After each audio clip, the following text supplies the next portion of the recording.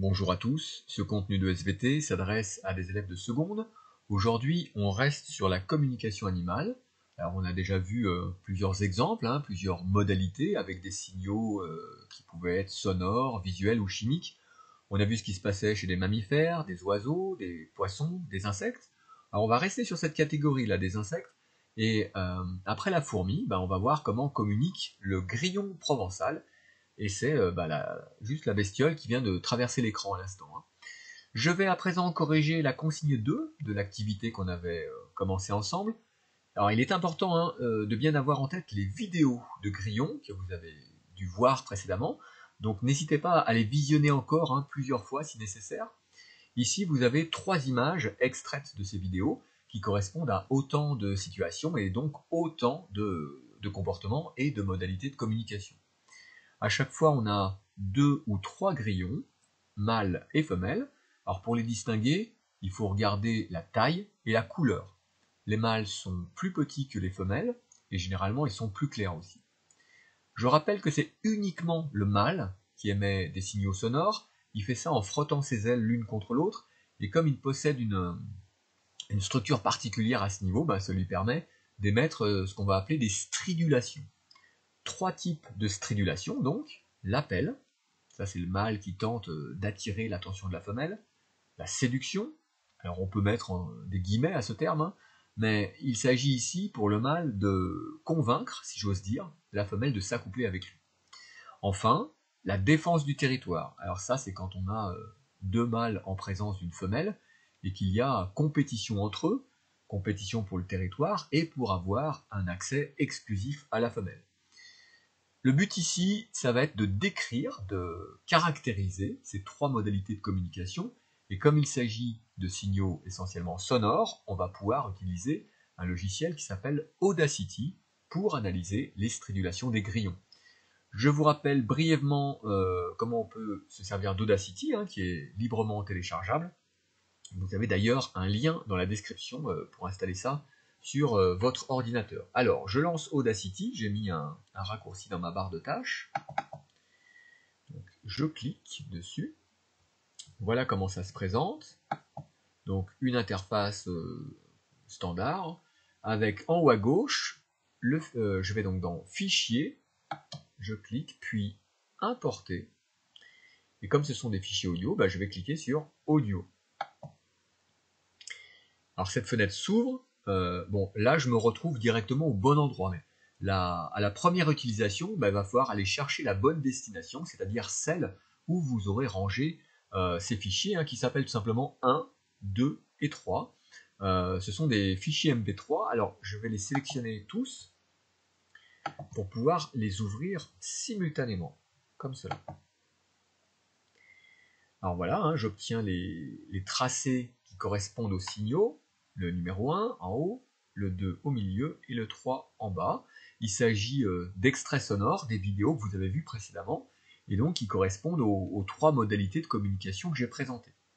Pour les écouter, vous pouvez tout simplement appuyer sur le bouton lecture, comme cela.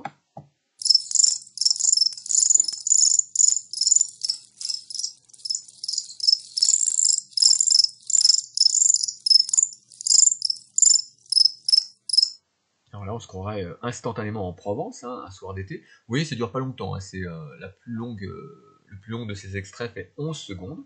Alors si vous avez du mal à entendre, mettez peut-être des écouteurs ou un casque, ça sera sans doute beaucoup mieux. Enfin, ce qui sera surtout beaucoup mieux, ça sera de refaire ça chez vous, bien sûr.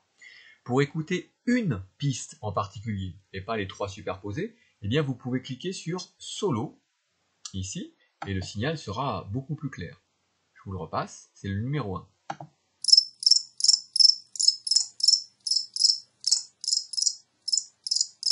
Je m'arrête là. Je vous fais écouter le deuxième.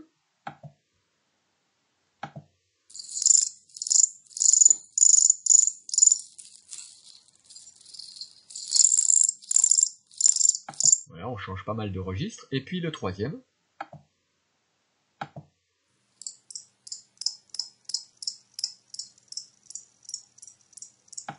Là, il faut tendre davantage l'oreille pour le troisième. Alors, vous avez peut-être reconnu déjà les situations auxquelles ces signaux correspondent. Au-delà des tracés en fonction du temps là, que vous voyez, on peut aussi regarder ce qu'on appelle le spectre de fréquence. Pour cela, je sélectionne tout d'abord la portion du signal qui m'intéresse. Alors, je sais pas, par exemple celle-ci. Voilà, donc je fais un cliquer-glisser. Et puis, je vais dans Analyse, tracer le spectre. Et voilà le résultat. J'ai le volume sonore en décibels sur l'axe des ordonnées, la fréquence en hertz sur l'axe des abscisses. J'ai donc le profil de ces stridulations de grillons. Avec ici, dans ce cas, une baisse du signal vers à peu près 700-800 Hz.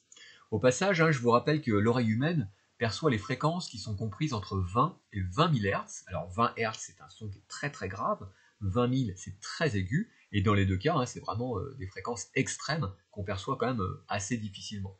Voilà, vous pouvez aussi modifier la sensibilité, l'algorithme qui vous présente ça, l'axe, on peut le mettre linéaire plutôt que logarithmique. Bon, je vous laisserai tâtonner avec ça. Et finalement, avec toutes ces données, on a de quoi répondre à la consigne 2. Alors, je reviens sur mon diaporama.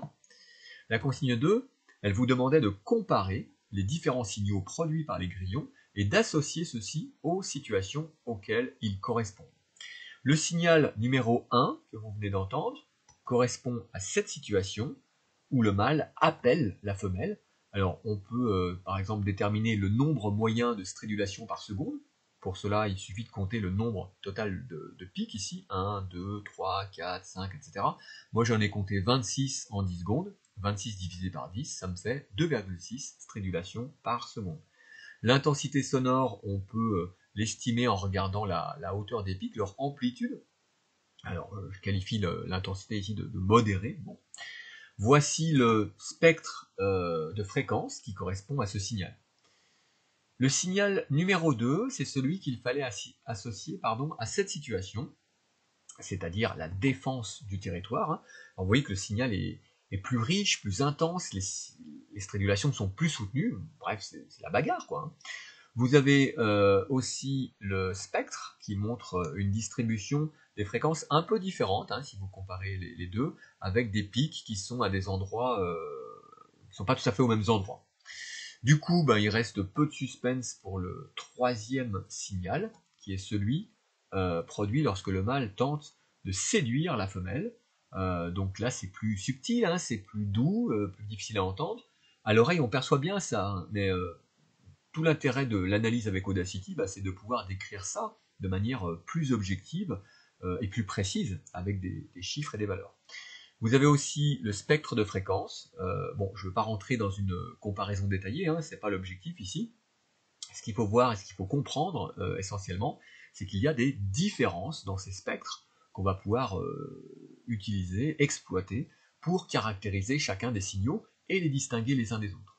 Maintenant, à quoi correspond exactement ce codage de fréquence, d'intensité, ces combinaisons de motifs sonores, comment ils sont interprétés par les autres grillons, tout ça c'est une vaste question, autrement plus complexe, et à laquelle d'ailleurs on n'a pas forcément de réponse précise et définitive.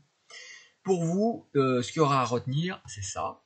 Comme d'habitude, la notion reprend toutes les connaissances de l'activité, et il faut absolument que cette notion figure dans votre cahier, donc ça pourrait être pas mal de la recopier maintenant.